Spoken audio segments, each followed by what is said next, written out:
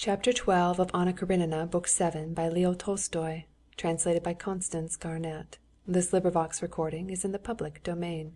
Recording by Marianne. After taking leave of her guests, Anna did not sit down, but began walking up and down the room. She had unconsciously the whole evening done her utmost to arouse in Levin a feeling of love, as of late she had fallen into doing with all young men. And she knew she had attained her aim, as far as was possible in one evening, with a married and conscientious man. She liked him indeed extremely, and, in spite of the striking difference, from the masculine point of view, between Vronsky and Levin, as a woman she saw something they had in common, which had made Kitty able to love both. Yet as soon as he was out of the room, she ceased to think of him.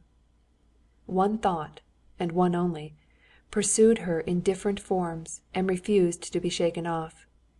If I have so much effect on others, on this man who loves his home and his wife, why is it he is so cold to me? Not cold exactly. He loves me, I know that, but something new is drawing us apart now. Why wasn't he here all the evening? He told Stiva to say he could not leave Yashvin and must watch over his play. Is Yashvin a child? But supposing it's true, he never tells a lie. But there's something else in it if it's true. He is glad of an opportunity of showing me that he has other duties. I know that. I submit to that. But why prove that to me? He wants to show me that his love for me is not to interfere with his freedom. But I need no proofs. I need love. He ought to understand all the bitterness of this life for me here in Moscow. Is this life? I am not living, but waiting for an event, which is continually put off and put off. No answer again. And Stiva says he cannot go to Alexey Alexandrovitch, and I cannot write again. I can do nothing, can begin nothing, can alter nothing. I hold myself in. I wait, inventing amusements for myself. The English family, writing, reading. But it's all nothing but a sham. It's all the same as morphine. He ought to feel for me, she said, feeling tears of self-pity coming into her eyes. She heard Vronsky's abrupt ring and hurriedly dried her tears. Not only dried her tears, but sat down by a lamp and opened a book, affecting composure. She wanted to show him that she was displeased that he had not come home as he had promised, displeased only, and not on any account to let him see her distress, and least of all her self-pity. She might pity herself, but he must not pity her.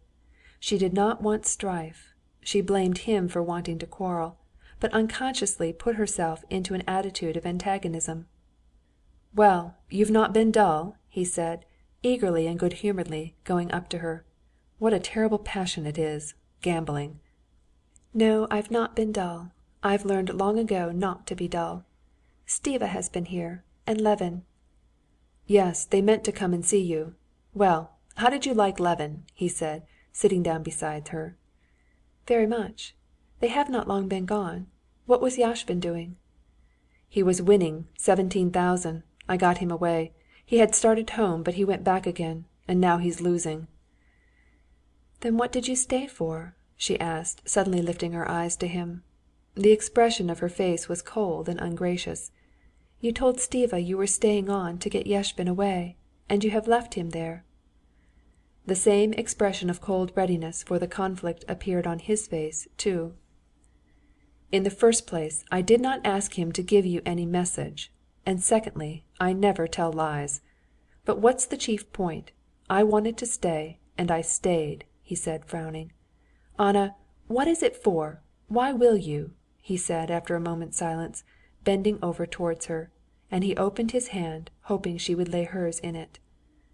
She was glad of this appeal for tenderness, but some strange force of evil would not let her give herself up to her feelings, as though the rules of warfare would not permit her to surrender. "Of course you wanted to stay, and you stayed. You do everything you want to. But what do you tell me that for? With what object?" she said, getting more and more excited. "Does anyone contest your rights? But you want to be right, and you're welcome to be right." His hand closed, he turned away, and his face wore a still more obstinate expression. "For you it's a matter of obstinacy," she said, watching him intently and suddenly finding the right word for that expression that irritated her. "Simple obstinacy. For you it's a question of whether you keep the upper hand of me, while for me...." Again she felt sorry for herself, and she almost burst into tears. "If you knew what it is for me! When I feel as I do now that you are hostile, yes, hostile to me, if you knew what it means for me, if you knew how I feel on the brink of calamity at this instant, how afraid I am of myself!" And she turned away, hiding her sobs. "But what are you talking about?" he said, horrified at her expression of despair, and again bending over, he took her hand and kissed it. "What is it for? Do I seek amusements outside our home? Don't I avoid the society of women?" "Well, yes, if that were all," she said. "Come, tell me what I ought to do to give you peace of mind.